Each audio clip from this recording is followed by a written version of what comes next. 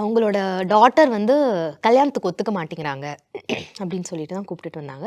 But பேரண்ட்ஸ்க்கு வந்து என்ன டவுட்னா, ஏதோ ஒரு ரிலேஷன்ஷிப்பில் இருக்கிறாங்க, இல்லை இருந்திருக்கலாம், பிரேக்கப் ஆயிருக்கு, அது மாதிரி ஏதோ இருக்குது, அதனால தாங்க இவங்க வந்து கல்யாணத்துக்கு ஒத்துக்க மாட்டேங்கிறாங்கன்னு சொல்லிட்டு தான் கூப்பிட்டுட்டு வந்தாங்க. 22 இயர்ஸ். அவங்கள பொறுத்த வரைக்கும் 22 இயர்ஸ் வந்து இது ரொம்ப ஏர்லி மேரேஜுக்கு வந்து ஐம் நாட் ரெடி. ஓகே, எனக்கு வந்து நான் இப்போ தான் சம்பாதிக்க ஆரம்பிச்சிருக்கேன். நான் இன்னும் நிறைய எக்ஸ்ப்ளோர் பண்ண வேண்டியது நிறைய இருக்குது. என்னோடய வேலையில் எனக்கு இதுதான் கோலுன்றதெல்லாம் இருக்குங்க.